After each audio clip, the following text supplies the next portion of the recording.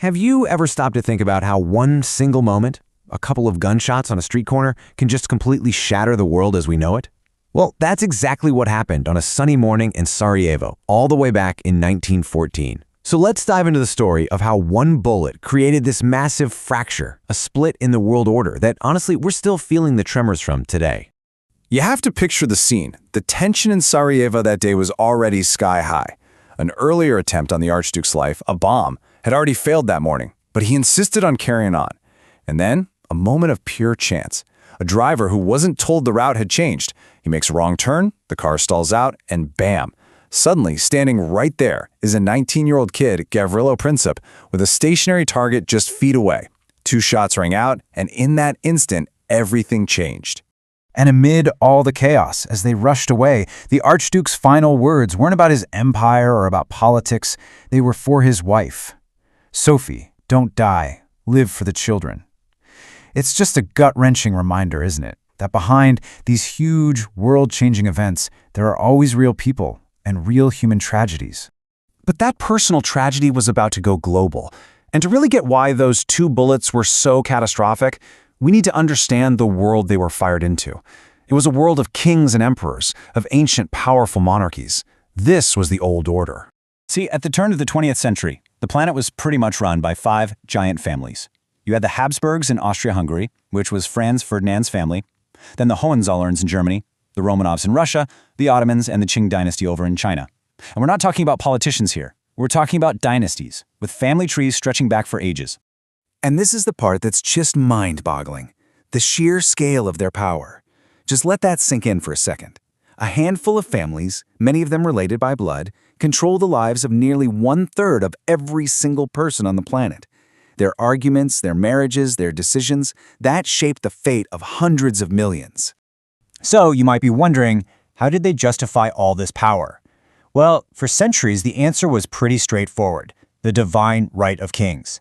This was the idea, the bedrock belief, that their power didn't come from the people, it came directly from God. They were chosen to rule. And for 1,000 years, that idea seemed unbreakable.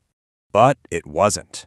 Those gunshots in Sarajevo, they were the spark. That assassination set off a crazy chain reaction of alliances and threats, and before anyone knew it, the world was plunged into a war that would literally burn that old order right to the ground. The result was World War I, a catastrophe on a scale that nobody could have imagined. And the cost? An estimated 30 million casualties. Killed, wounded, missing. It was a price so high, paid in so much blood, that the old monarchies just couldn't survive it. You see, the war just accelerated everything. It was like watching dominoes fall in slow motion. First, the Romanovs in Russia, swept away by revolution. Then, the Hohenzollerns and Habsburgs, just a year later. And finally, the Ottomans. In less than a decade, hundreds of years of tradition, of rule, just gone. So, this is the key. The Great War wasn't just the end of a war, it was the end of an entire world. The whole system of kings and emperors and divine right was completely shattered, and in its place, a giant, gaping hole, a power vacuum. The big question was, what or who was going to fill it? Well, this power vacuum created this space for brand new kinds of countries to be born. So let's look at our first case study. Over in the Middle East, a new nation was about to be built, not on an old bloodline, but on a powerful modern idea. This is the story of Israel. And the man at the center of this story is David Ben-Gurion. Now, he wasn't royalty. He wasn't born into power. He was an organizer, a true believer from the Russian Empire who had a single-minded vision his entire life to create a state for the Jewish people. And that vision, that idea that drove him was Zionism. In a nutshell, it was a modern nationalist movement built on an ancient hope to gather the Jewish people who had been scattered all over the world and bring them back to create their own nation and their ancestral homeland. Now, this didn't happen overnight, not at all. It took decades of tough political fights, of building institutions from scratch, of lobbying. Ben-Gurion was there for all of it, just relentlessly pushing forward piece by piece, until finally, on May 14th, 1948, he stood up and declared Israel's independence, a nation literally built from an idea. All right, now let's do a complete 180 and look at a totally different model that rose from the rubble of the old world.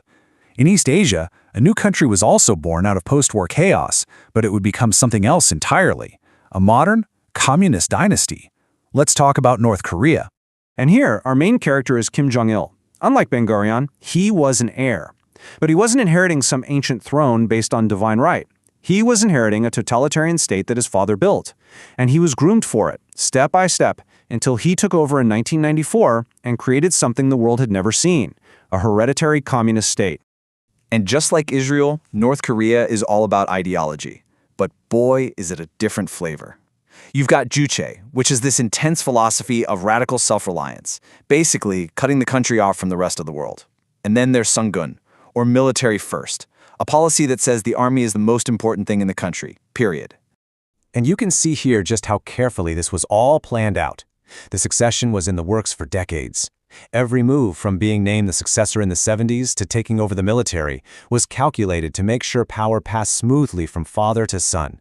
It was like they created a new kind of monarchy, but just gave it a revolutionary paint job. So we have these two completely different stories. What do they tell us about the world that came out of that great fracture? Well, they tell us that a new world order was born. One where the ultimate source of power wasn't your family name anymore. It was your ideology. This chart just lays it out so clearly. You've got Ben-Gurion, whose ideology was about gathering a nation, who got to power through political struggle, and who built a democracy. Then you've got Kim Jong Il, whose ideology was about family power, who inherited his role and who built a totalitarian dictatorship. Two totally different paths, both starting from the exact same point, the collapse of the old world. So let's zoom out. What does this all mean? What kind of world did we actually get from this great fracture?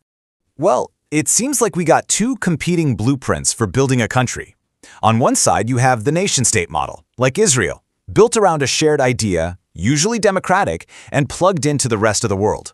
And on the other side, you get the totalitarian dynasty, like North Korea, built around one family's power, totally isolated, and run by the military.